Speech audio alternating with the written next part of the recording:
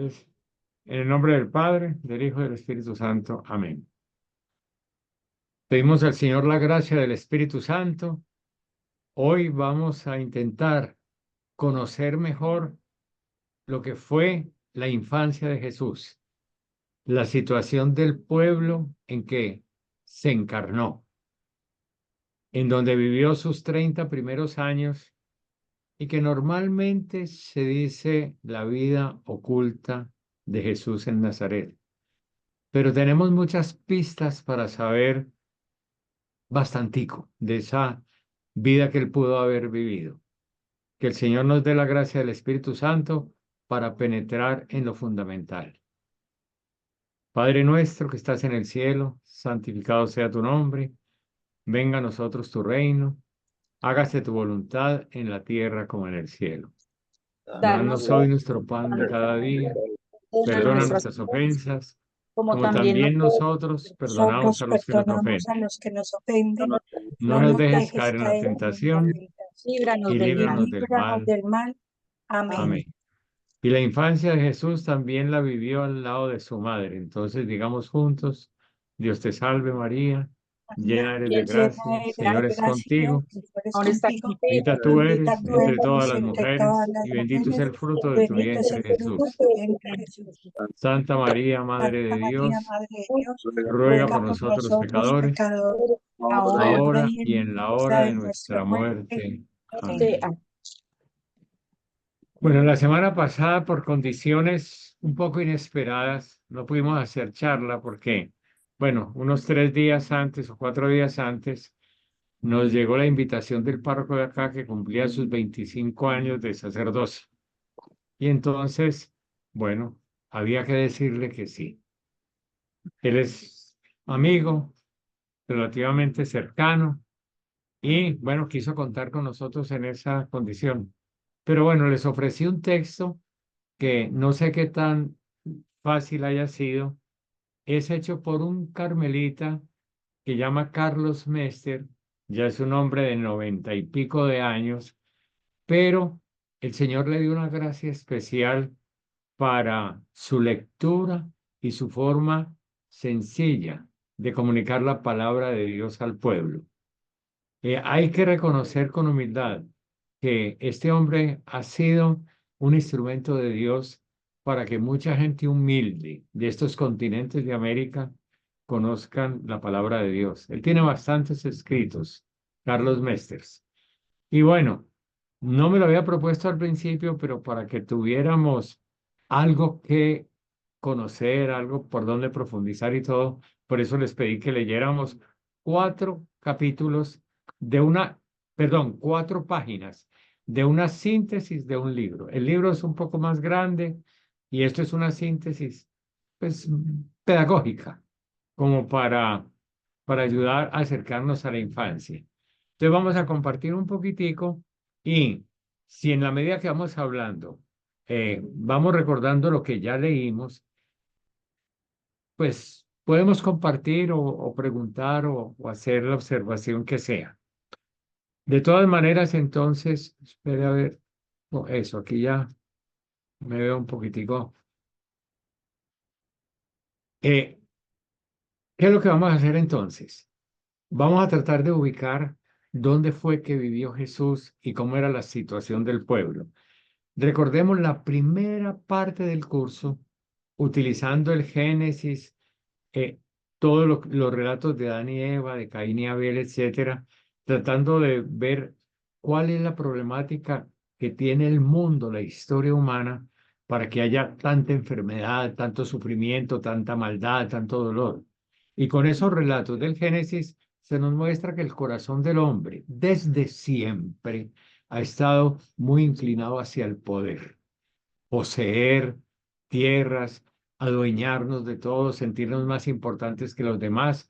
Eso se resume en la expresión de querer ser como Dios, querer ser dioses, ser yo Dios de mí mismo y mi grupito como el Dios, ¿cierto? Y el pensamiento de los míos como el fundamental y el que impongo y el que hago que todo el mundo camine por ahí. Y eso termina después de otros relatos de Caín y Abel, que nos muestra que esa ambición humana genera muerte y de una muerte que se extiende tan gravemente que hasta dicen que Dios se arrepintió de haber creado al hombre. Viene el diluvio, pero vuelve otra vez esa inclinación al poder, a la grandeza, a ser dioses, y está en la Torre de Babel.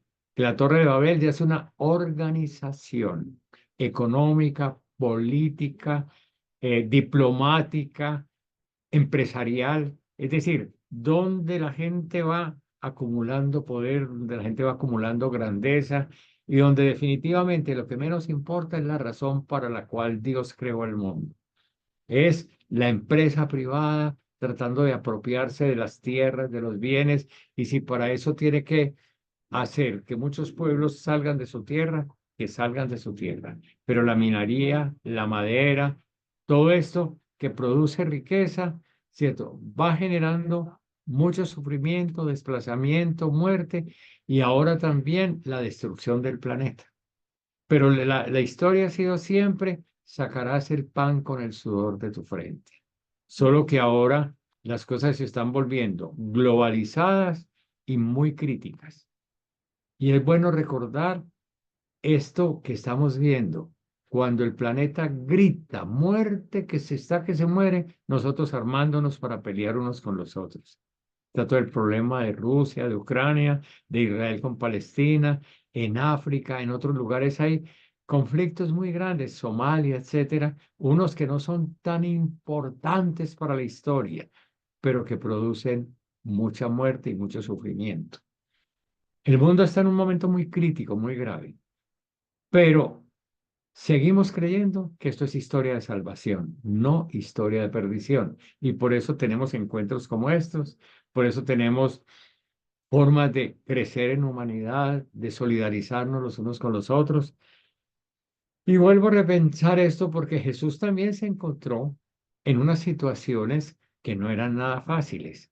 Él también conoció lo que había en su pueblo, gente apropiándose de las cosas, de las tierras, gente sintiéndose dueña del pueblo, tanto del territorio como de las personas, masacres, hubo muchas cosas. Entonces, vamos a tratar de meternos de la mejor manera posible. La semana pasada, eh, bueno, no hace 15 días, la semana pasada no tuvimos. Hace 15 días hablamos un poquitico también de grupos que había allí. Hablamos de los fariseos, de los saduceos, del templo, de cómo estaba el imperio romano en la época de Jesús, con Pilato, con Herodes, con todos estos personajes que aparecen en los relatos del Evangelio. Vamos ahora a mirar un poquitico cómo le tocó a Jesús vivir esa situación y el contacto con esta gente. ¿Qué nos comenta diciendo Carlos? Yo voy a seguir un poquitico, aunque me aleje algo del relato de él, pero más o menos el orden que él tiene es muy pedagógico, ¿cierto? Él comienza recordando que Jesús nació en Belén, al sur, en Judea, pero se desplazó al norte. ¿Por qué se desplazó al norte, a Galilea, a Nazaret? Porque María era de Nazaret, ¿cierto? Y por algún motivo José había sido un emigrante que se fue a vivir a Nazaret y allá se conoció con María.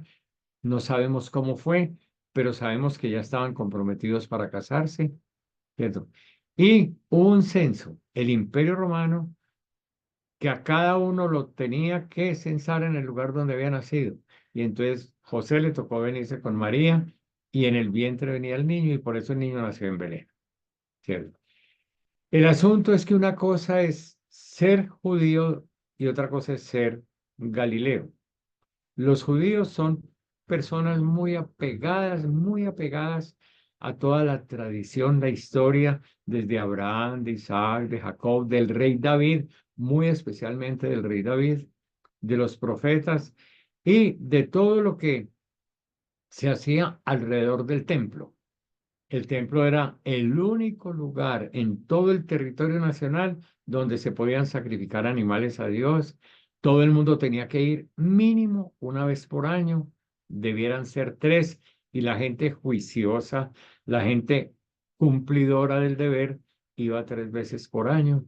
Algunos venían desde muy lejos, desde Roma, o venían desde Babilonia, o subían desde Egipto, porque ellos estaban muy regados por una historia difícil que vivieron por siglos. Había población judía ya en muchas regiones, pero hacían lo posible, al menos una vez por año, venir. Claro que a veces se les dispensaba por la situación, no podían venir, entonces vendrían cada 2, 3, 4 años, cada que pudieran. Pero eso era una norma, una intención y un gusto para todos reunirse en Jerusalén. Pero esos viajes, cierto, y esas circunstancias de Judea hacían de Judea como una gran importancia para todo el pueblo. Y las otras regiones intermedias como Samaria o al norte como Galilea eran miradas con desprecio. Los que no eran judíos despreciaban, los judíos despreciaban a los que no eran judíos. A los samaritanos los tenían totalmente marginados porque decían que ellos tenían mucho mestizaje y que estaban con otro templo ahí en el monte Garizim, ¿cierto? Y entonces los samaritanos nunca iban a Jerusalén, eso no les interesaba a ellos, decían que eso no era la voluntad de Dios, que eso fue un invento que hicieron en la época del rey David para mantenerse por siempre en el poder. Y entonces los samaritanos no iban a Jerusalén y los judíos los consideraban a ellos impuros, ¿cierto? Y no querían nada con ellos. Los de Galilea sí iban a Jerusalén y ellos aceptaban la tradición del rey David, la tradición del templo, etcétera, etcétera. Pero los de Galilea tenían relación amplia con extranjeros, ¿cierto? Porque por ahí había contacto con gente del Imperio Romano y había varias ciudades con características griegas. ¿Qué quiere decir características griegas? Que hablaban griego, unos hablaban también en latín, por supuesto, ¿cierto? Que era la del Imperio Romano, pero tenían circos, tenían teatro, tenían una serie de actividades, ya incluso habían pasado las épocas de las Olimpiadas, pero se daban en las ciudades griegas actividades deportivas también al estilo de las Olimpiadas. ¿Qué recordamos con eso? Que había contacto con el extranjero. Y por el otro lado, del lado de Babilonia, también venían con las costumbres de los antepasados. No nos olvidemos, ¿cierto? Que Abraham y su familia eran por allá del sur de Babilonia, de lo que hoy llamamos eh, Irak, del sur de Irak. De ahí venía Abraham y la familia. Entonces había mucho contacto con gente extranjera, porque por ahí había contactos desde Asia hacia Europa. Y también viniendo desde África pasaban cerca del río Jordán, rodando por el Jordán, y pasaba mucha gente por ahí. Y por eso en Cafarnaúm, por ejemplo, había una aduana muy grande. Y ahí en esa aduana recogían impuestos a los transeúntes, ¿verdad? Ahí también había mucho comercio, ¿verdad? ¿Qué quiere decir eso? Que la gente de Galilea tenía mucho contacto con países extranjeros y eso hace también que sean más amplios frente a la cultura, que no sean tan cerrados como los de Judá, como los de Judea, que eran como mucho más encerrados en su forma particular de mirar la vida, la forma judía, la tradición judía, lo que llamamos el Antiguo Testamento. Allá en Galilea valoraban mucho esto, pero también ampliaban su mente con las otras culturas. Pero el Imperio Romano, ¿cierto? Y Herodes, como un gran servidor, como un gobernante lacayo del Imperio Romano, es decir, un agachado, un regalado, un oportunista al Imperio Romano, ¿cierto? Él aceptaba muchas cosas de Roma. Yo creo que algo de esto había dicho hasta el punto de fundar unas ciudades dedicadas al César, Cesarea de Filipo, Cesarea del Mar, el mismo mar de Galilea le puso el nombre mar de Tiberíades, dedicándolo a Tiberio. Este hombre permitió, cierto, que muchos romanos y que mucha gente en contacto con eso se volvieran oportunistas y eh, cogieran las tierras de Galilea y se las entregaran a terratenientes. Y esos terratenientes a veces simplemente dejaban administradores, se iban y de vez en cuando venían a reclamar trabajo. Y hay algunas parábolas que nos hablan de eso. En el libro, los que tuvieron la oportunidad de leerlo, recordarán, ¿cierto?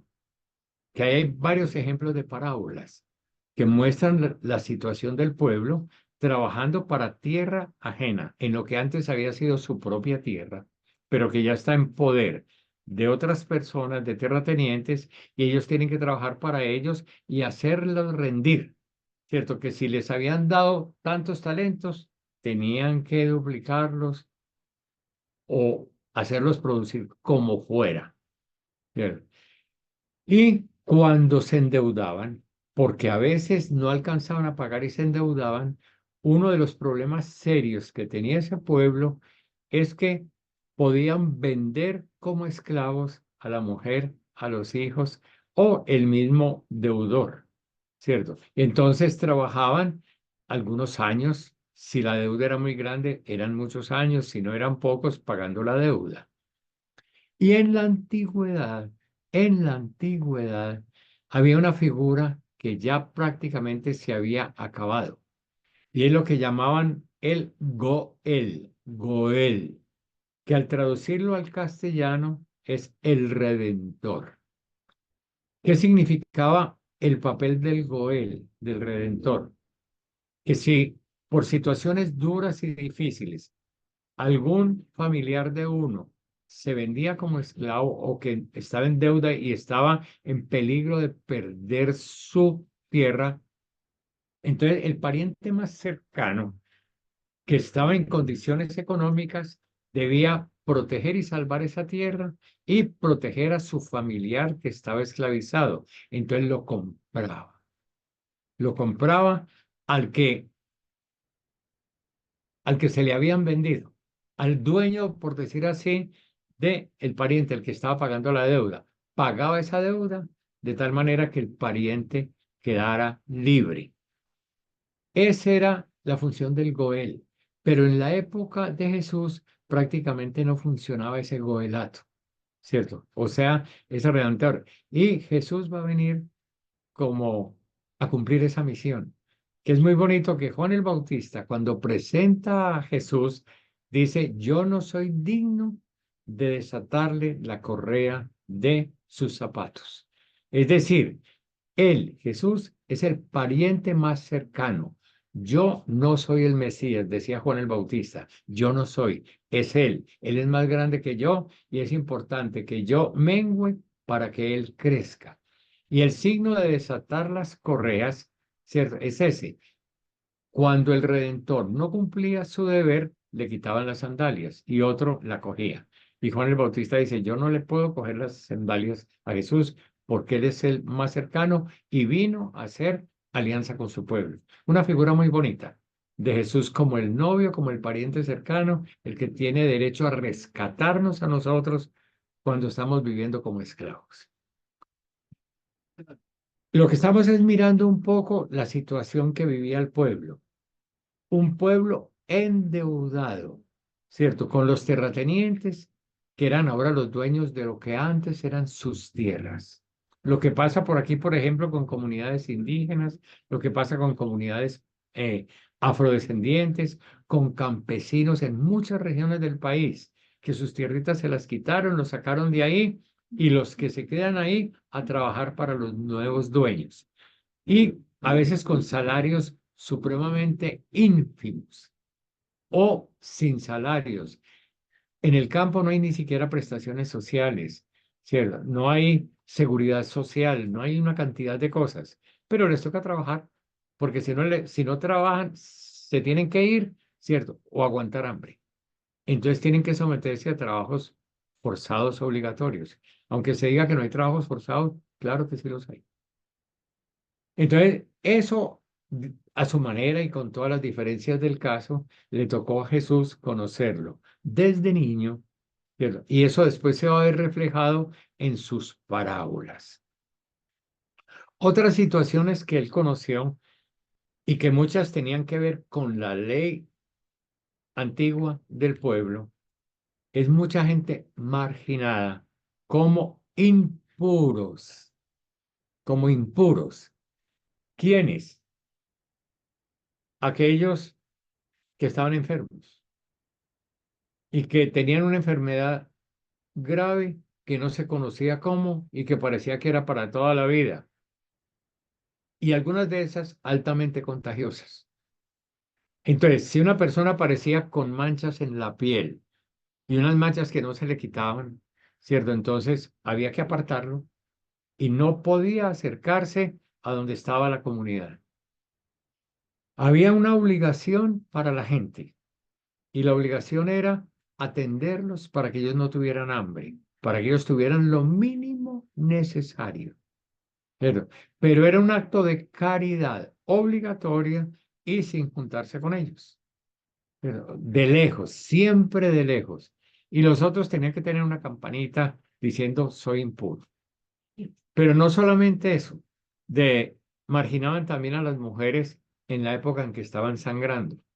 Y entonces las mujeres tenían que estar un tiempo encerradas y apenas ya les pasaba su sangrado, hacer ritos de purificación y un montón de cosas para permitirles estar en su entorno, que era casi siempre la casa o alrededor de la casa.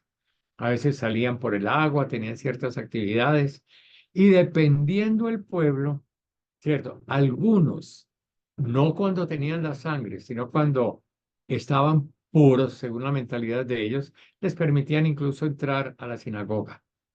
No todos.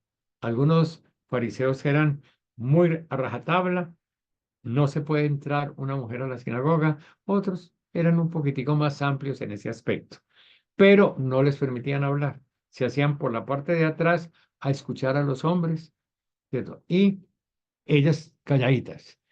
Pero por lo general eran las mujeres las que le enseñaban a los niños y a las niñas la palabra de Dios.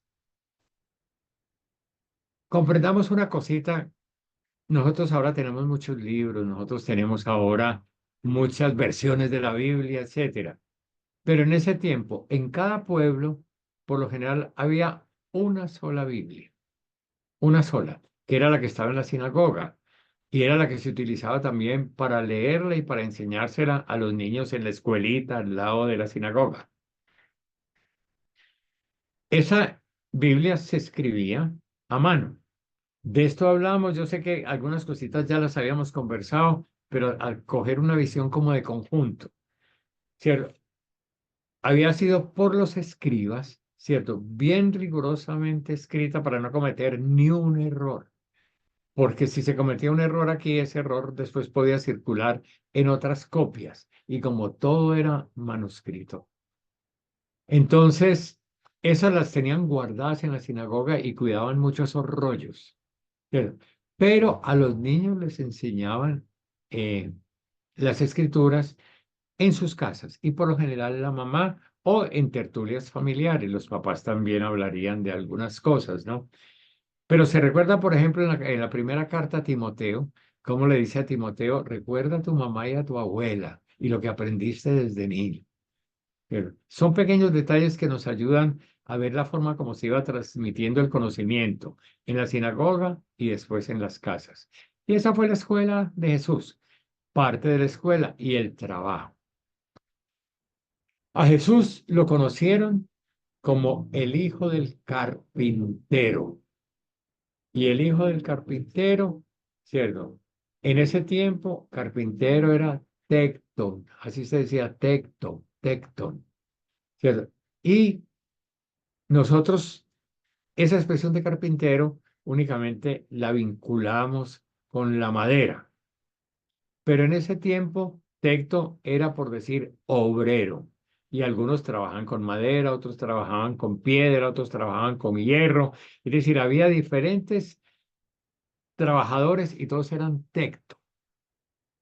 Y entonces decir, el hijo de tecton, hoy es decir, hijo de obrero, así de sencillo, no de carpintero, porque carpintero para nosotros es únicamente el que trabaja con madera y eso reduce mucho. Yo creo que de esto alcancé a hablar, pero si lo estoy repitiendo, lo reafirmo. En todo lugar, en todo lugar, en los barrios populares, en las veredas y también en los barrios de estrato económico más alto, siempre necesitamos de los albañiles. Los albañiles son obreros que trabajan en las casas de los que los contratan. Uno puede contratar al zapatero, pero el zapatero trabaja en su casa y uno va a la casa del zapatero y allá hacen el trabajo. Lo mismo el sastre, lo mismo la modista, ¿cierto? Lo mismo el panadero. La mayoría de la gente está trabajando en sus casas o en su negocio y uno va. Pero el albañil viene a la casa y arregla las paredes de la casa, levanta la casa, los techos, el alcantarillado, el acueducto, la electricidad, están siempre en las casas de la gente que los llama. Entonces, la gran mayoría de la gente conoce a los albañiles de la región y los necesita. Y los albañiles conocen las casas. Y cuando conocen las casas, también dependiendo la familia, ¿cierto? O los acercan y los invitan a comer, o los tienen ahí que hay alguna gente que llama a los obreros y todo el mundo comiendo, ellos ni les dan un vaso de agua, porque de todo se da. Pero ahí uno, albañil, aprende a conocer una familia, otra, oye conversaciones, sabe si la familia es unida, si hay alegría en el hogar, o si hay maltrato, o si hay agresión, o si hay opresión de alguna manera. Es una profesión que permite conocer por dentro. Y en un pueblo, en una vereda, donde se calcula que había aproximadamente unas 40 casas. Eso es difícil determinarlo con exactitud, por supuesto, pero más o menos es lo que se calcula. Una veredita ahí en una montaña, ¿cierto? Con unas 40 casas. Eso hace que la gente se conozca bien, ¿cierto? Y que los albañiles muy especialmente, porque no solamente conocen a la gente, sino los problemas físicos que tienen en la casa, con el techo, con el piso, con las aguas, ¿cierto? Con lo que hoy diríamos las letrinas, los pozos sépticos, etcétera. Esos eran los trabajos de los albañiles y muy probablemente esos eran los trabajos de José y del hijo del carpintero. A Jesús primero lo llaman el hijo del carpintero, ya después siendo adulto también lo llamarán el carpintero.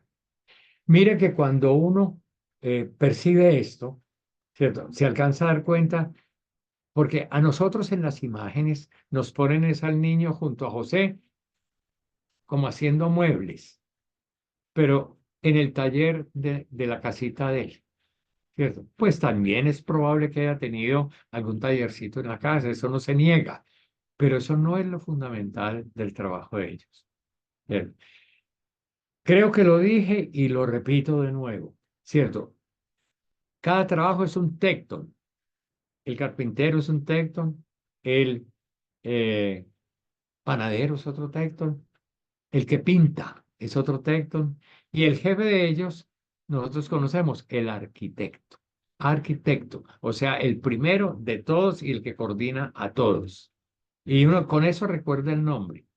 A mí no me gusta mucho utilizar palabras en griego, pero esta sí, porque eso nos ayuda a entender a Jesús, ¿cierto? El arquitecto es el primero de todos los textos y hay lugares, sobre todo cuando la obra es muy grande, que necesitan textos más especializados. Hay si uno con madera, el otro con piedra, el otro con hierro, el otro con la electricidad, etcétera, etcétera.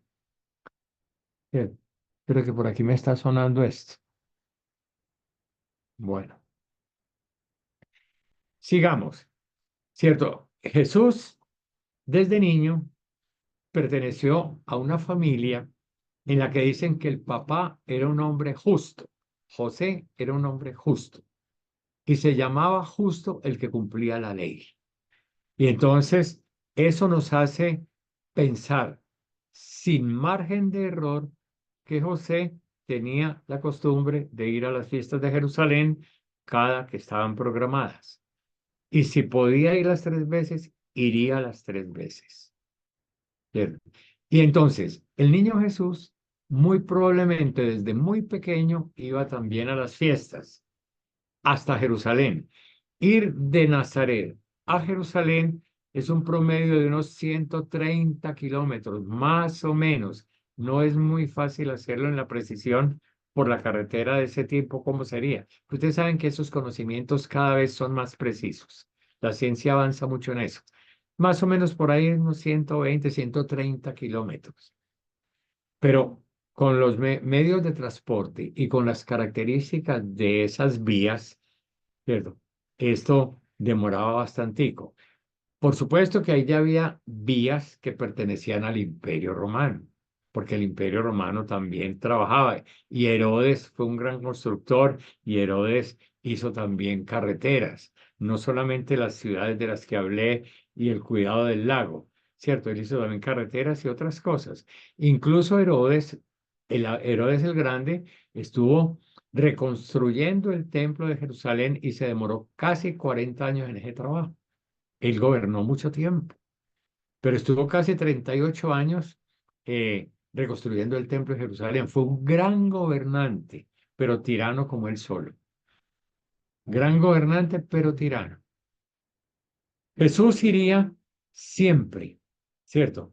Me imagino que desde niño, pero ya obligatoriamente a los 12 años, porque a los 12 años empezaba a ser mayor de edad. Y entonces le tocaba hacer esos viajes y al pasar miraría. Y miraría la situación de los samaritanos. Los judíos irían conversando, esos samaritanos, herejes, que tal cosa, que tienen su propio templo, tal cosa y tal otra. Y eso fue lo primero que Jesús oyó y vio, ¿cierto? Cómo había mutuo desprecio entre los samaritanos y los judíos, porque los samaritanos también le tenían mucha rabia a los judíos y los judíos rabia y desprecio a los samaritanos. Incluso está aquel texto en que una vez iba, Jesús quería amanecerse por allá, pero no lo recibieron. Y entonces Santiago y Juan dicen, hagamos caer truenos del cielo para acabar con ellos. Y a Jesús le tocó regañar a los hombres, este no es el estilo, ustedes saben que no han entendido nada. Pero eso nos muestra esas dificultades. Y vería que allá tenían otro sitio, el templo de Garizim. ¿Cierto? Otro sitio donde ellos tenían el culto, que ellos no iban al templo de Jerusalén, pero estaba todo ese desprecio. Pero ellos llevaban plata. ¿Y llevaban plata por qué? Porque al llegar a Jerusalén tenían que hacer un sacrificio de animales. Y entonces los ricos compraban toros, compraban eh, corderos, compraban los animales más hermosos.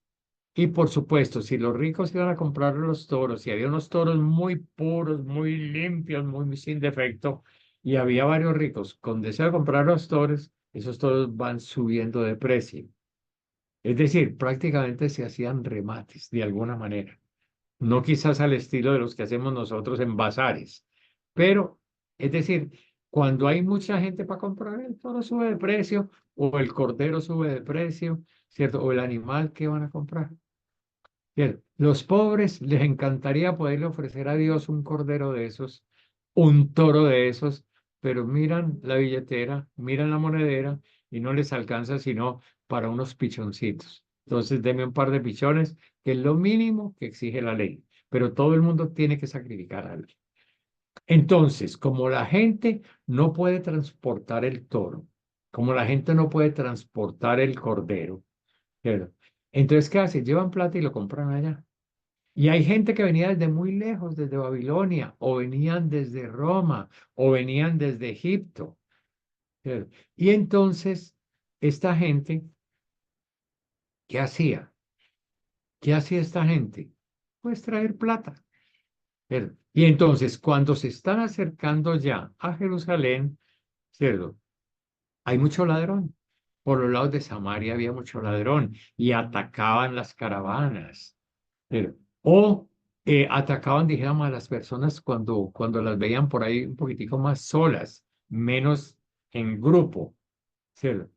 Y bueno, por eso Jesús en un momento determinado nos dice que una vez había un hombre que lo habían atropellado entre Jerusalén y Jericó, ¿cierto? Y que apareció un sacerdote y pasó del lado, un levita también, pero un samaritano, que eran los que tenían fama de ladrones, de bandoleros, de atracadores, etcétera.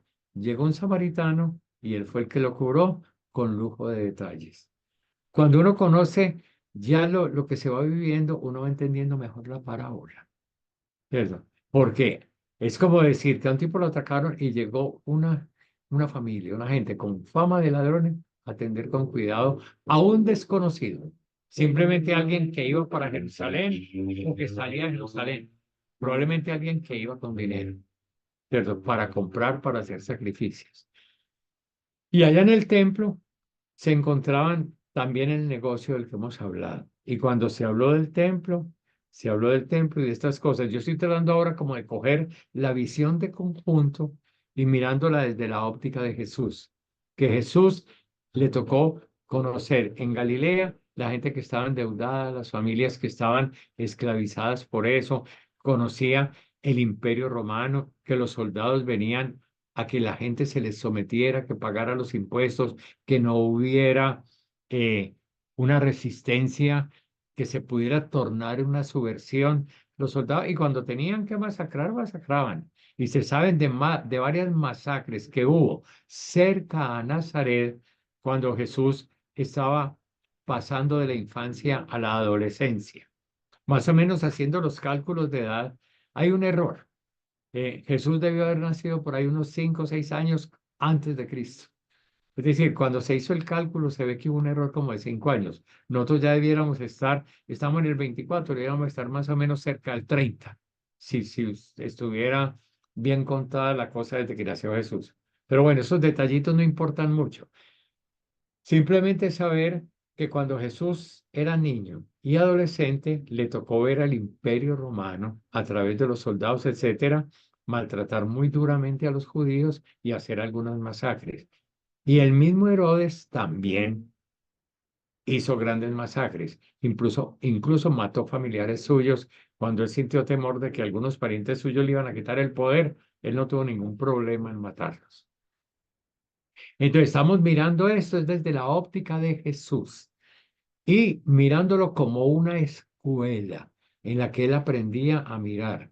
Jesús fue un hombre de oración, un hombre que estuvo con lo que pudo estudiar en la escuelita, en la sinagoga, porque en todas las sinagogas se reunía el pueblo los sábados y al lado de la escuela, de la sinagoga había una escuela y ahí los niños aprendían a leer, aprendían muchas cositas, matemáticas, etcétera, pero lo fundamental era aprenderse la historia de su pueblo. Entonces, los textos de los rollos, de lo que llamamos la Biblia, pero en ese tiempo eran rollos, ¿cierto? Se los enseñaban a los niños desde pequeños. Y esos libros, esos rollos, estaban escritos en el idioma antiguo, en hebreo, pero Jesús y los contemporáneos de él lo que hablaban era arameo. Entonces, hablando arameo, tenían que aprender el hebreo para leer las escrituras, porque la Biblia la tenían en hebreo. Y entonces, mínimo Jesús debió haber sido bilingüe. Sin embargo, hay algunos, y eso se sabe que había algunos lugares donde ya habían traducido las Biblias al arameo, y entonces en algunos lugares las Biblias las leían en arameo, pero no era el gusto de la mayoría de los maestros, porque decían que había que mirar, era el original. Ustedes saben que en eso hay gente muy conservadora y los fariseos tenían casi todos tendencia conservadora. Los saduceos eran mucho más conservadores, los saduceos, muchísimo más conservadores, ¿cierto? Pero yo les digo esto es para mostrar cositas de cómo fue aprendiendo Jesús y cómo en los viajes alcanzó a ver la situación de los samaritanos, la forma como se marginaban, etcétera. Y probablemente conocería a algunos samaritanos buenas personas. A ellos les prohibían hablar con samaritanos. Ellos debían pasar de largo. Pero Jesús era de Galilea, que era un poco más amplio para tener ese contacto internacional con Tiro, con Sidón, con la Decápolis, con algunas regiones. No nos olvidemos que él, siendo adulto, cada rato cogía el barquito, iba para un lugar, para otro que él ya conocía y se iba allá con los discípulos a pasear. Eso nos muestra que él tenía contactos internacionales. Fue por Tiro y Sidón. Una vez por ahí se le apareció una mujer a que le prestara un favor con una niña que la tenía muy mal y él le dijo que no. Le dijo que él había venido únicamente a las ovejas perdidas de Israel, ¿cierto? Y la mujer le insistió y fue una mujer que le cambió la mentalidad a Jesús. Mejor dicho, le amplió su horizonte. Pero eso, de eso lo hablamos después. Lo que quiero es mirar una cosa. A Jesús le tocó vivir como un niño que nació en Judea, en Belén, pero se crió en Galilea. Y entonces la mentalidad de él es de un Galileo amplio. Y en los viajes continuos conoció a mucha gente, tuvo contacto con mucha gente, escuchaba a los maestros, veía que los maestros sabían mucho de escritura, sabían mucho, y que valía la pena oírlos, pero también los veía con unos comportamientos que no les parecía como muy adecuados.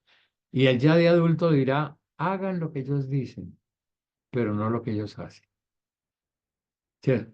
Pero el interés mío de esta charla ahora es simplemente mirar cómo Jesús fue aprendiendo, fue mirando y descubriendo la voluntad de Dios. Y en Lucas, dos veces de distinta manera se dice que él crecía en sabiduría delante de Dios y de los hombres, ¿cierto? Crecía en conocimientos. O sea que Jesús le tocó aprender como a cualquier niño. Uno a veces tiene la idea de que Jesús, por ser hijo de Dios, se la sabía todo desde niño. Dejemos esa idea. Si él se iba a saber todo desde niño, no valía la pena que se hubiera encarnado niño. Pero si se encarnó niño, es para vivir el proceso de cualquier niño, de conocer, de aprender a caminar, de aprender a comer, de aprender a diferenciar un hombre y una mujer, de aprender a saber lo que es la necesidad de comida, la necesidad del trabajo, etcétera. ¿Cierto? Y los viajes, ver el contacto con los demás, ver la religiosidad, lo que se enseña en nombre de Dios. Pero en su casa, con José, con María, él hacía oración, meditaba las escrituras, escuchaba. Y entonces él fue madurando una forma diferente de mirar la vida, diferente a los fariseos, a los maestros de la ley. Y al llegar a Jerusalén veía todo ese negocio. Es decir, que la religión, ¿cierto? Digámoslo así, la fe, el culto a Dios se había convertido en un, iba a decir un miserable, sí, es un miserable negocio. Pero lo que es un misterio, lo que es un culto humilde a Dios, lo que es donarle a Dios lo mejor de sí mismo, se había convertido en un negocio fuerte entre los saduceos, los sumos sacerdotes, los ancianos del pueblo. ¿Sí? En eso casi no participaban los fariseos, ellos tenían otro mundo distinto. Pero de todas maneras, el sacrificio del templo y todo se había hecho una corruptela impresionante. Y Jesús, desde los 12 años hasta los 30, o sea, todo lo de su vida oculta, cada año iba, y él también, como hijo obediente de José, como hombre justo que hace la voluntad de Dios, haría los sacrificios que le correspondían y pagaría los impuestos que le tocaba pagar. Porque recuerden que alguna vez decían los fariseos en una oración, Señor, te doy gracias porque yo no soy como estos publicanos. Yo pago hasta el céntimo de el anís. Yo pago todo, ¿cierto? Y el otro, Señor, perdóname que soy un pobre pecador. Pero quiero decir que un buen judío pagaba todo lo que estaba prescrito, hasta lo más mínimo, hasta el impuesto de la menta y del anís. Y digo esto porque Jesús, educado por un hombre justo, José, lo más probable era un cumplidor del deber a carta cabal. Pero un hombre crítico, un hombre que descontento con lo que estaba viendo y por lo tanto con lo que estaba viviendo. Y llega el momento, ayudado por Juan el Bautista, que Juan el Bautista se había ido al desierto o solo o a uno de los grupos esenios. Yo pienso que él fue esenio, pero es mi opción pensar que él fue esenio. Hay muchos que dicen que no por esto y esto. Yo creo que sí por el lenguaje parecido y porque, bueno, estuvo probablemente desde los 12 años hasta los 30, estuvo probablemente en el desierto.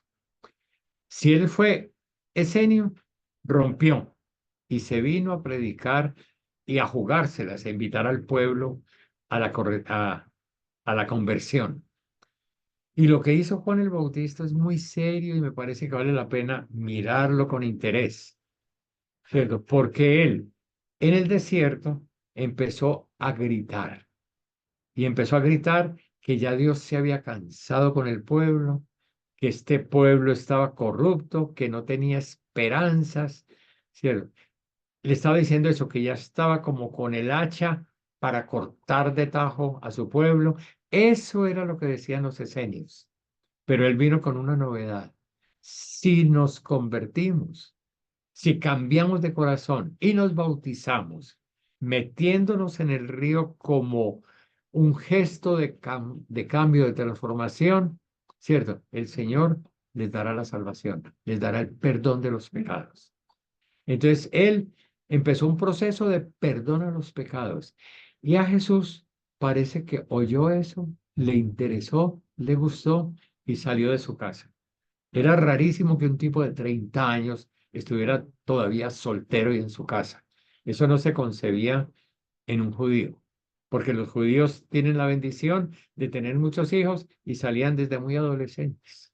Desde muy adolescentes, ponga 16, 17, 18 años, ya empezaban como a mirar con quién iban a formar hogar.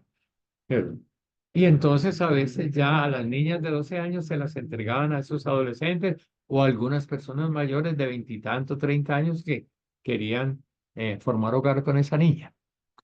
En fin, no ese es el tema, aunque es importante porque eso ocurría y entonces Jesús también conoció esas cosas. Pero perdón, Jesús oyó a Juan, le gustó y se hizo bautizar, se metió en el movimiento de Juan hasta que lo cogieron prisionero a él. Y cuando lo cogieron prisionero, empezó ya Jesús su vida pública. Él no había empezado la vida pública mientras estuvo con Juan, pero cuando lo cogen prisionero, ya sale a predicar y sintetizará mirando a Isaías. ¿Cierto? El Espíritu del Señor está sobre mí, me ha ungido para darle una buena noticia a los pobres, para darle vista a los ciegos, para liberar a los oprimidos y anunciar el año de gracia del Señor. O sea, ya muestra una opción clara por los pobres. ¿Cierto? Y en el bautizo, recordamos que se había oído la voz de Dios. Cuando Él sale de las aguas, se oye la voz del Dios y baja en forma de paloma. Es una figura muy bonita y muy significativa, ¿cierto? Pero se oye la voz que dice, tú eres mi hijo, yo te he engendrado hoy, ¿cierto? Y esa voz del Padre, tú eres mi hijo, yo te he engendrado hoy, ¿cierto? Es una voz que cualquier judío que oiga eso sabe de qué se trata. Es el principio de unos cantos que hay en el profeta Isaías, un libro muy antiguo, de más de 800 años, que se empezó a escribir, y un libro que se escribió por ahí durante unos 200 y pico de años. ¿Verdad? Y en ese libro hay cuatro cantos de lo que llaman el siervo sufriente. El primero está en Isaías 42 y después hay otros tres cánticos. Y esos empiezan diciendo, tú eres mi siervo, en ti me complazco. Tú eres mi siervo amado, en ti me complazco. ¿cierto? Y después va diciendo poquito a poquito, te envío para que seas luz para las naciones.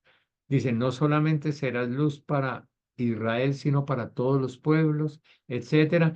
Pero termina diciendo, te van a maltratar, te van a torturar, te van a humillar. Y la gente, cuando te esté destruyendo, pensará que le está dando gloria a Dios, ¿cierto?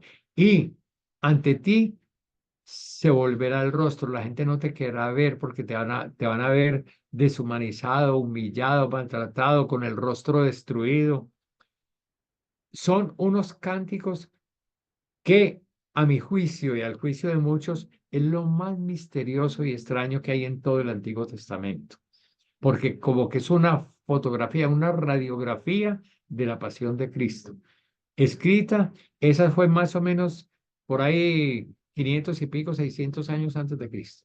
En el mismo libro de Isaías, como digo, el libro de Isaías se escribió durante un periodo muy largo.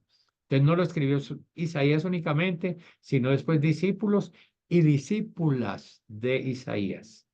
¿Cierto? Y eso de que haya mujeres es eh, muy evidente por muchas cosas, pero ese no es el tema ahora. En el bautizo, él, al escuchar al Padre, comprendió que su misión de Mesías iba a ser ofrecer su vida por los pobres, por los ciegos, por los enfermos, por los débiles, por los oprimidos, por los excluidos, por los maltratados, pero que a él le iba a costar sufrimiento. Esa es la voz del Padre. ¿Cómo? ¿De qué manera? Eso sí, lo irá descubriendo en su vida.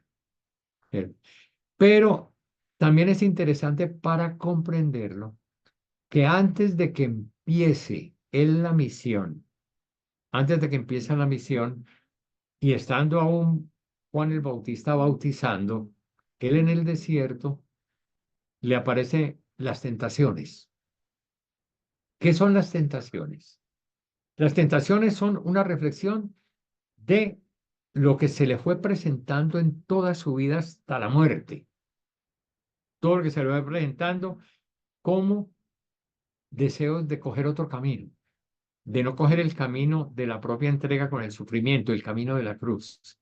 Y entonces hay tres tentaciones que aparecen ahí en los evangelios de Mateo y de Lucas. Esas tentaciones únicamente están en Mateo y en Lucas.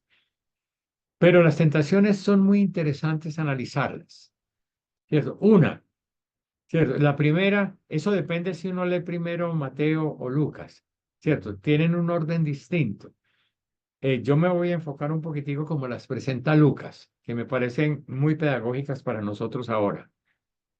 La primera, ¿cierto? Es que le dice Satán a Jesús, le dice, eh, convierte, si eres hijo de Dios, si eres hijo de Dios, convierte las piedras en pan. Mire, ¿por qué es una tentación? Hay un problema que Jesús lo está viendo de hambre, de miseria, de pobreza, de exclusión, de esclavitud, todo lo que ya hablamos ahora. ¿Cierto? Y el mismo Jesús dice que pasó 40 días y 40 días es un símbolo de la vida. O sea, él lleva 30 años conociendo eso. ¿Cierto? Hay 40 años y dice que sintió hambre en 40 días, que sintió hambre. Y entonces, el hambre de Jesús está reflejando el hambre de todo el pueblo, las necesidades, todo lo que deshumaniza la vida. Y entonces le dice, bueno, convierta las piedras en pan si usted es hijo de Dios. O sea, usted se va a poner a hacerle caso a lo que le dijo su papá en el bautizo, que tiene que salvar a la humanidad con el dolor, con el sufrimiento, ¿cierto? Que no sea tonto, hombre. Usted es hijo de Dios, usted tiene poder para salvar con el milagro. Haga milagros, haga milagros, acabe con el... Mira, usted que diga que se acabe el hambre del mundo y el hambre del mundo se acaba, con que usted lo diga, ¿cierto? ¿Y qué dijo Jesús? No solo de pan vive el hombre, sino de toda palabra que sale de la boca del Señor. Entonces es importante que Jesús no acepta salvar al mundo a través del poder divino. Mire lo que estoy diciendo. no acepta salvar a la humanidad a partir del poder divino, es decir, a partir de los milagros. Hay mucha gente que todavía piensa, usted crea en Dios y nada le pasa, crea en Dios, y si usted se ve, no le pasa nada. Ojo, tenga mucho cuidado con eso. El Señor nos pide una cosa, el que quiera ser discípulo mío, niéguese a sí mismo, cargue con mi cruz y sígame. Y el único mandamiento que les doy, ámense los unos a los otros. Entonces el amor no va a venir con el poder divino, sino a través del amor divino manifestado en Jesucristo. O sea, un amor como el de Jesús, que lo lleva hasta la cruz, ese amor nos salva. Y si nosotros queremos ser discípulos de Jesús, no es para pedirle a Él con mucha fe que nos quite los problemas de la vida, sino para pedirle a Él que nos enseñe a amar, que nos enseñe a servir, que nos enseñe a perdonar, que nos enseñe a ser hermanos, etcétera. Y si nosotros vamos fomentando esa espiritualidad entre nosotros, el mundo va encontrando salvación. Entonces, la primera tentación, salve con el poder divino, y él dijo, no, no, porque no solo de pan vive el hombre. Y el camino es el camino del amor, que a veces hay que sufrir por la persona amada. Un papá y una mamá saben que no es únicamente darle besos y abrazar a los hijos, sino trasnocharse por ellos, trabajar y hacer mil cosas para que el hijo tenga y crezca con una vida digna. ¿Cierto? Si los papás no le entregan su vida, con el dicho que hace la gente, que si no se sacan el pan de la boca para dárselo al niño o a la niña, le digo, sus hijos nunca podrán crecer, nunca podrán educarse como buenos seres humanos. Es la humanidad de los papás la que humaniza la vida de los hijos. Es el amor el que salva, no el poder. Entonces ya tenemos la primera tentación. Yo dije que me iba a apartar un poco del escrito de Carlos Mester, pero me parece que esto puede ser un complemento interesante. ¿Cierto? ¿Cuál es la segunda tentación que le aparece a Jesús en el desierto? La segunda tentación que le aparece, bueno, si usted no quiere salvar al hombre con el poder divino, entonces lo sube a una montaña y le dice, mire, que en la montaña vio todos los reinos de la tierra, todos los reinos de la tierra. Y dice, estos me los han dado a mí, dice Satán, estos me los han dado a mí, y yo se los doy al que quiero. Si usted se arrodilla ante mí, yo le doy el poder sobre los reinos del mundo. Arrodíllese ante mí y tiene eso. Entonces, si no acepta salvar con el poder divino, salve con el poder humano, con el poder humano. Vuélvase poderoso en este mundo, vuélvase un gran rey, un gran señor, un hombre rico. Yo le doy lo que usted quiera si se arrodilla ante mí. Entonces, mire que es una tentación muy, muy fregada. ¿Por qué? Nosotros sabemos que Jesús es el Hijo eterno de Dios. ¿Cierto? Y Él es el dueño de todo el universo. Por Él fueron creadas todas las cosas, visibles e invisibles, potestades, tronos, dominaciones, todo fue creado por Él y para Él. Él es el principio, es el final, pero se hizo hombre. Y al hacerse hombre, no nos olvidemos dónde nació, en un pesebre porque no encontró ni siquiera lugar en la posada.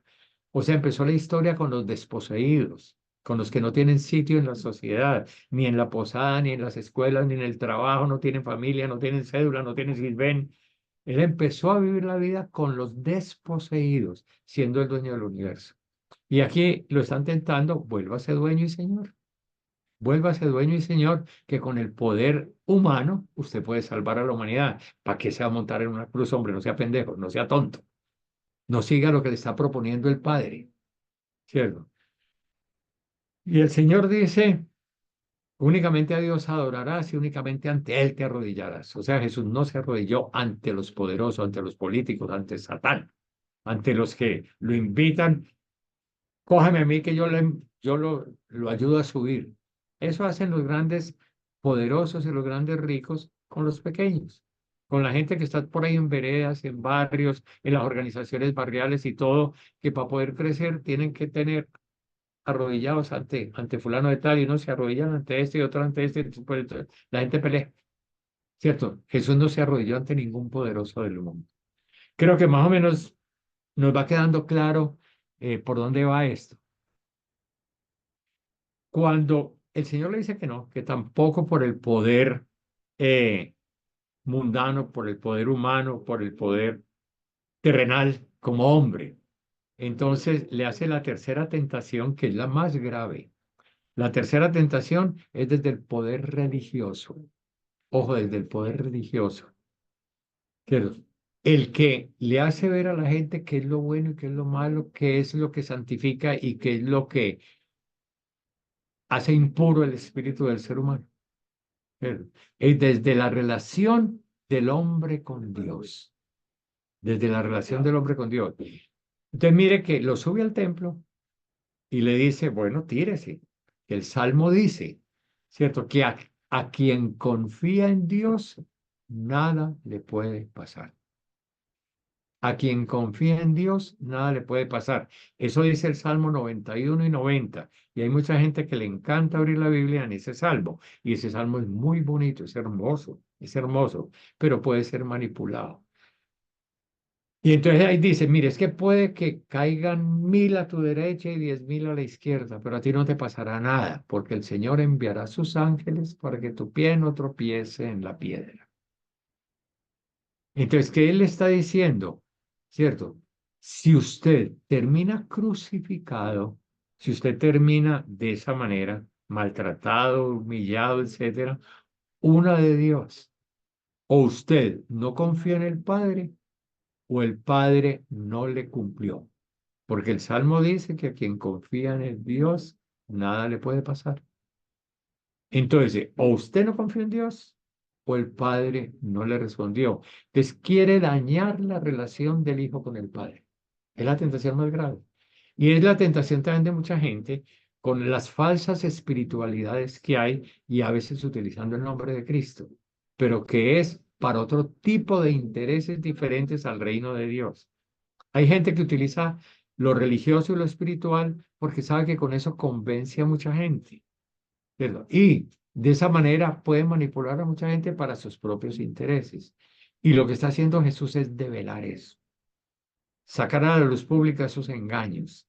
¿Cierto? Y por eso es muy interesante que en el Evangelio de Marcos, el primer signo que hace Jesús es expulsar un mal espíritu en una sinagoga y el sábado. ¿Cierto? Es decir, que desde la espiritualidad religiosa se está fomentando un mal espíritu. Estamos tratando de unir varias cosas, lo que él vivió, lo que él conoció, los sufrimientos de la humanidad y la misión que él encontró con las tentaciones que se le presentaron por el camino. Esas tentaciones que aparecen aquí juntas, antes de empezar la misión, uno las mira y se da cuenta que fueron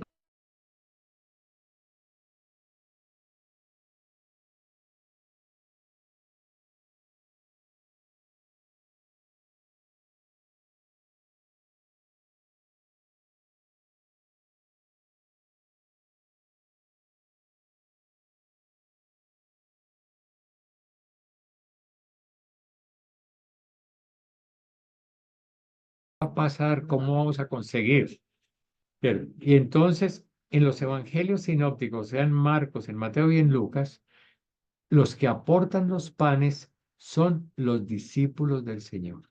Mire, aquí tenemos 5 panes y 2 peces. Y entonces el Señor dice, dígale a la gente que se organice, etcétera, etcétera. Y, eh, ¿cierto? Y lo hicieron y la gente comió.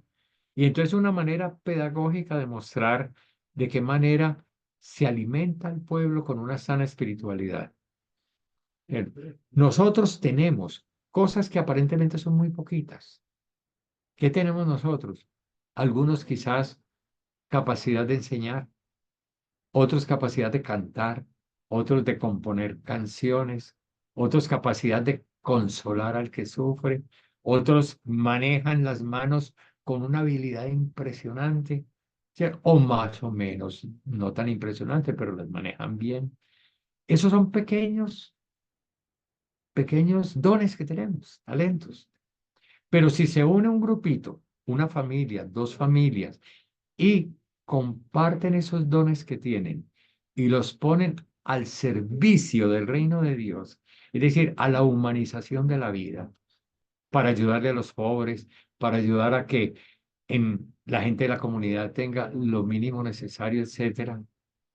Y si eso lo acompañan también del evangelio y de la oración, o sea, ponen esos dones en manos del Señor, esas poquitas cosas que tenemos alcanzan a alimentar 10, 20, 50 familias.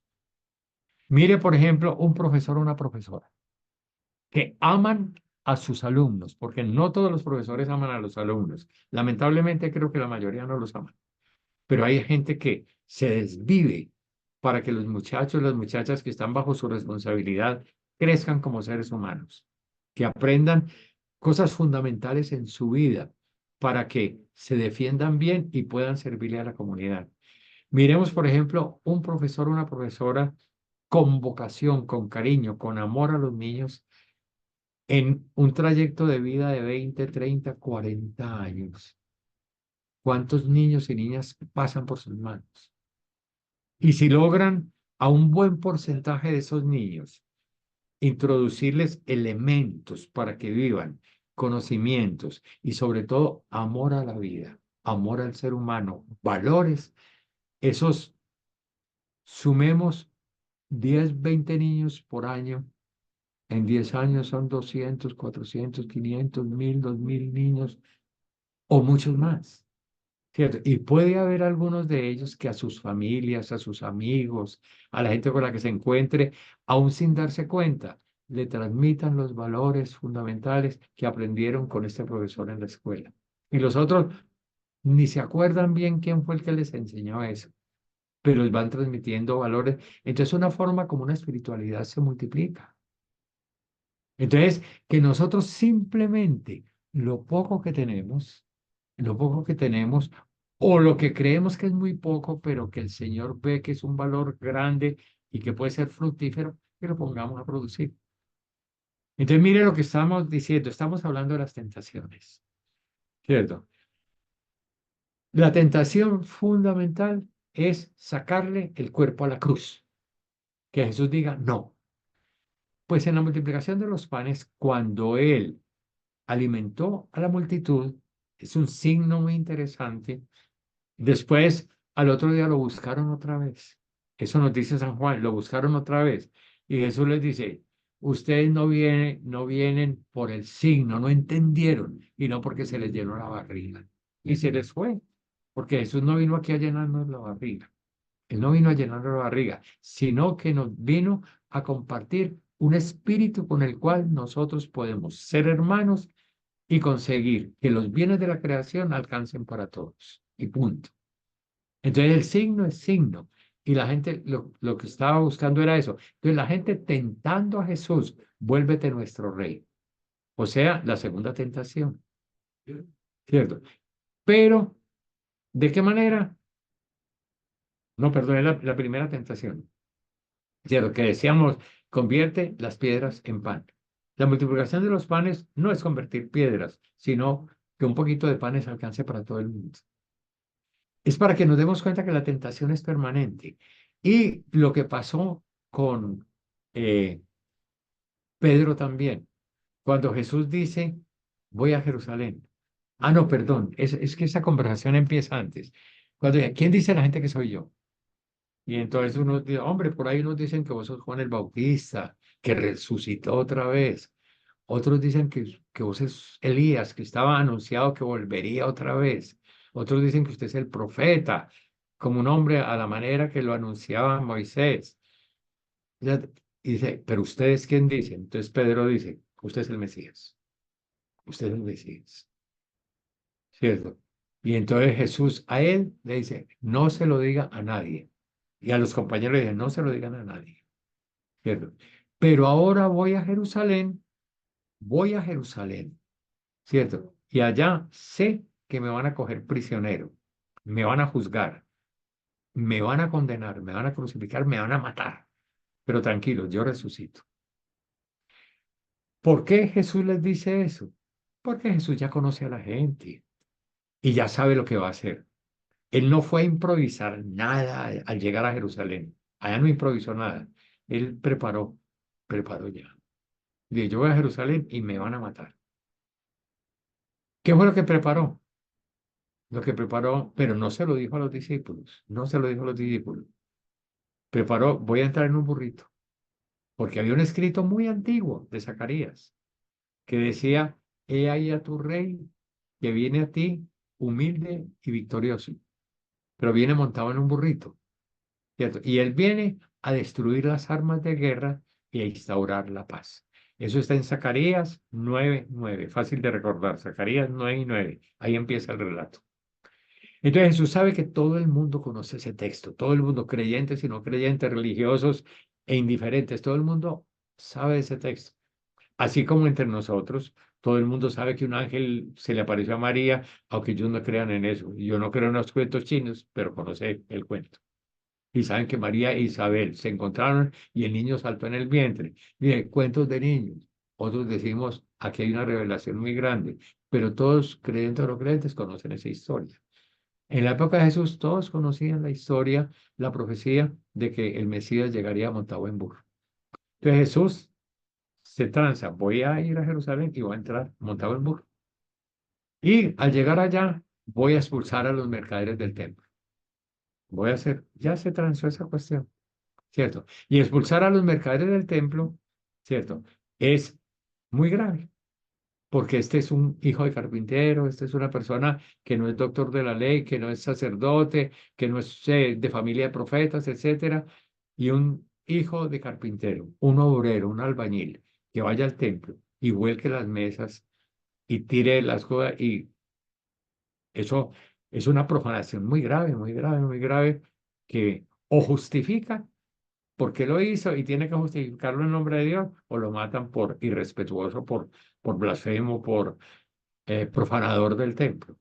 O sea que Jesús sabe lo que iba a hacer, sabe que se las juega y le dijo a Pedro y a los discípulos, voy a Jerusalén, ¿cierto? Y allá me van a matar y tal cosa. Y entonces dice que Pedro inmediatamente vino a regañar a Jesús. Hombre, ¿cómo se pone a decir eso? Que usted va a ir y que lo van a matar. Él no les dijo ni lo de la entrada en burro ni lo del templo, porque Jesús sabe que esos eran muy imprudentes y que no les podía decir eso. Simplemente lo que le iba a pasar a él, que lo iban a matar. Y entonces, cuando les dice esto, ¿cierto? Pedro a regañarlo. ¿Cierto? Y Jesús le dice, apártate de mí, Satanás. Tú no piensas como Dios, sino como los hombres. O sea, usted, Satanás, me está tentando. O sea, Mesías sí, pero por la cruz no. Lo mismo de Satanás en el desierto. Mesías sí, Salvador sí, pero por la cruz no. Es exactamente lo mismo. ¿Cierto? Y por eso le dijo, apártate de mí, Satanás. Y después Jesús en público regañó a Pedro, ¿cierto? Y le dijo a todos también, bueno, eso, apártate de mí, Satanás, ¿cierto? Porque no piensas como yo, sino como los hombres, eso se lo dijo en público. Y le dijo a todo el mundo, y si alguien quiere seguirme, si alguien quiere ser discípulo mío, niéguese a sí mismo, cargue con su cruz y sígame. En ese niéguese a sí mismo está lo fundamental para que cambie la orientación de la historia personal y de la humanidad, porque eso es la actitud distinta a la de Adán y Eva, que querían ser como Dios. Y aquí, niéguese a sí mismo, niéguese a ese interés, cargue con su cruz y sígame, porque hay que mirar, es el dolor de todo el mundo y no mis ansias de poder. Ahí está planteada la alternativa a lo que llamábamos el pecado original y que ya lo estuvimos tratando con el Génesis en la primera parte de este curso. Aquí ya está la propuesta. Jesús la acepta, se la acepta Dios Padre en el bautizo, ¿cierto? La alimentó desde la infancia, ¿cierto? Y se la está proponiendo a todos. El que quiera seguirme ya sabe cuál es el camino. Y lo estará diciendo, ámense los unos a los otros como yo los amo. Nadie tiene más amor que el que da la vida por los amigos, etcétera, etcétera. Y ahí estará. Entonces nos damos cuenta que la tentación de Jesús se la pone la multitud, se la ponen los discípulos irán después. ¿Y cuál de nosotros será el más importante? Y viene la mamá de los hijos del Sabadeo, te queremos pedir una cosita, cuando estés en tu reino, que el uno esté a la derecha, el otro a la izquierda. A ellos les cuesta mucho el cambio, a ellos no, a nosotros. A mí, a todos nosotros nos cuesta mucho cambiar. Es que es mucho más fácil buscar en esta vida fama, placer, poder, riquezas, que caminamos más fácil por ahí que pedir un amor que nos invita a renunciar a ciertas cosas para que otras personas tengan mejores condiciones de vida, ¿cierto? A decir la verdad, la honestidad, aunque esa verdad nos traiga problemas. Es muy difícil el camino. Entonces preferimos una alabanza que no tenga que ver con este proceso de conversión, que no tenga que ver con la justicia, que no tenga que ver con una nueva humanidad. Nosotros caemos fácilmente a la tentación. Bueno, ese es el resumen del Evangelio. ¿Qué se encontró con Jesús? ¿Cierto? Y por dónde orientó su trabajo. ¿Cierto? Y entonces, y las tentaciones que tuvo, y las tentaciones entonces que tenemos nosotros también.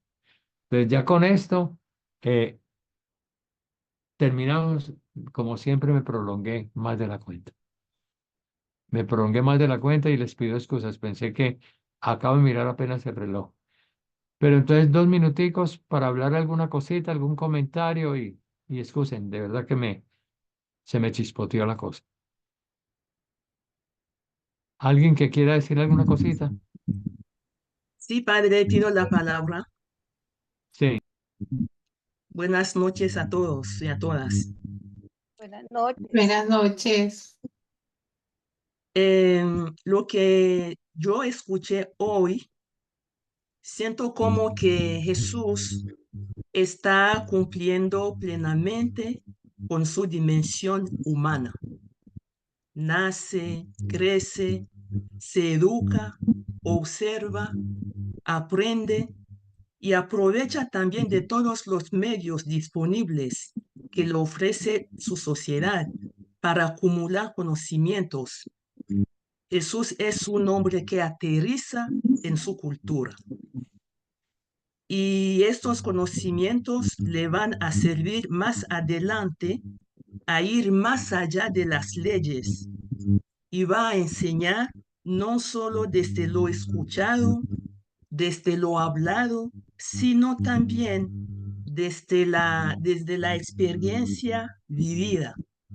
Tener experiencia y no tenerla no es lo mismo. Y la experiencia llega más que la teoría. Tiene una herramienta suficiente para enfrentar las máscaras de los fariseos y los escribas. Y me parece muy importante conocer para mejor enseñar. Gracias. Javier, ¿aló? Javier, yo quiero complementar el por qué Galilea era tan abierta al mundo.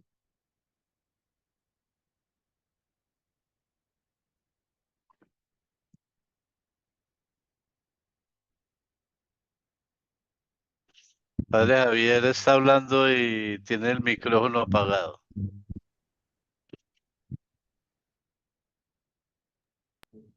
Ay, gracias, qué pena.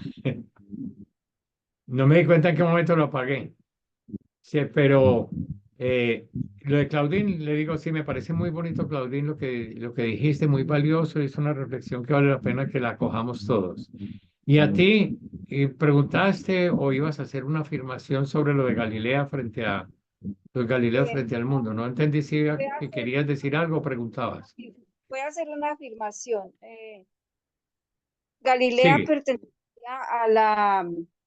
a la Siria romana, en la que Herodes primero el Grande, pues gobernó la Idumea, Jericó, Galilea y Samaria.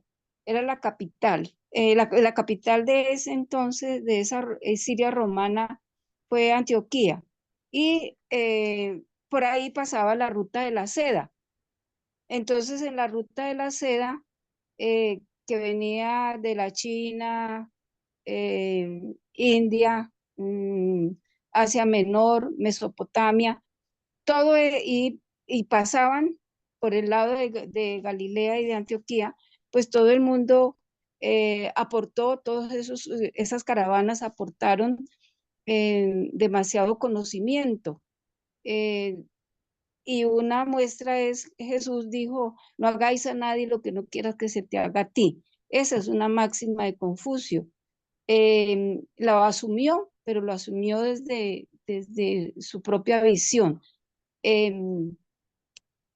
Todo se conjuga para que haya esa apertura, para que la Galilea de ese momento eh, no deseche y entre en contacto con todos estos pueblos. Además, los judíos en la Samaria, en la Antioquía de ese momento, de Herodes I, el arrodillado, mm, es una región que, que no siente como la angustia de ser ellos, sino que viven en armonía y aceptando lo que viene de afuera. Ujú. Ok, Gloria, muchas gracias. Ujú. ¿Algún otro comentario? Bueno, entonces dejémoslo por el momento. Si vuelvo a decir, nos extendimos o me extendí un poco más de la cuenta. Y bueno, pidamos al Señor que nos ayude a seguir avanzando. Vamos, esta segunda parte es mirando el mundo que se encontró Jesús y la forma como Él fue respondiendo a Dios y al pueblo, ¿cierto? Y entonces estaremos en... Después vamos a redondear un poquitico esto y ya vamos a empezar a mirar distintos aspectos de la vida de Jesús, ¿cierto? Que fueron muy importantes para Él y nos invita a caminar en esa dimensión. Entonces miraremos aspectos de la oración, de la solidaridad, cómo se enfrentó a la salud y a las enfermedades del pueblo, a los dirigentes, etcétera, etcétera. Entonces vamos a ir cogiendo después bloque por bloque, ¿cierto? Pidamos al Señor pues la gracia del Espíritu Santo y vamos a terminar entonces poniéndonos en manos también de aquella que supo acoger la voluntad de Dios y que lo acompañó hasta la cruz. Dios te salve María, llena eres de Llena gracia, eres el de Señor es gracia, el contigo, Señor es contigo. bendita tú Bendita tú eres entre eres todas las entre las mujeres y bendito es el fruto de tu el vientre fruto de tu Jesús. vientre, Jesús. Santa Santa María, María, Madre de Dios, ruega por ruega nosotros los por pecadores, nosotros pecadores, ahora y ahora en y en la la hora de hora de nuestra nuestra muerte. muerte. Amén. Y la bendición de Dios Todopoderoso, Padre, Hijo, Espíritu Santo, descienda sobre todos, sobre sus familiares y amigos, sobre sus comunidades y permanezca para siempre. Amén. Amén. Amén. Entonces, que tengan buena noche, buena semana, ¿cierto? Y quizás con Mil algunos nos gracias. vemos después, hasta mañana. Feliz noche. Muchas gracias, Padre. Bueno, Buenas noches, Feliz feliz Gracias, noches feliz para noche. todos. Muchas Feliz gracias. noche. Muchas gracias, buen descanso. Gracias, Bueno, igualmente, feliz noche para todos. bueno, que estén muy descanso bien. para Chao. todos. Chao, padre. Chao, bien. Sí. Ana Lucía, Ilma, Alba Marina, Miguel Ángel, Ángela. Bueno, Padre, un saludo, muchas gracias por la clase de hoy. Estuvo muy, siempre pues escucharlo es algo como muy, muy bello también, como bueno, que abre gracias, la Ángel. esperanza. Ujú. Nos vemos mañana, Padre, un abrazo. Si Dios quiere, bueno, gracias, hasta luego. Muchas gracias, Padre, y feliz noche. Bueno, Miguel Ángel. Ven, no te oigo, Miguel. Te oía, pero ya no. O apagaste. Ah, ya. No, que feliz noche y que le agradezco mucho la charla muy amena, muy instructiva, No. muy amable. Ok, bueno, que Dios se, lo bendiga. hasta luego.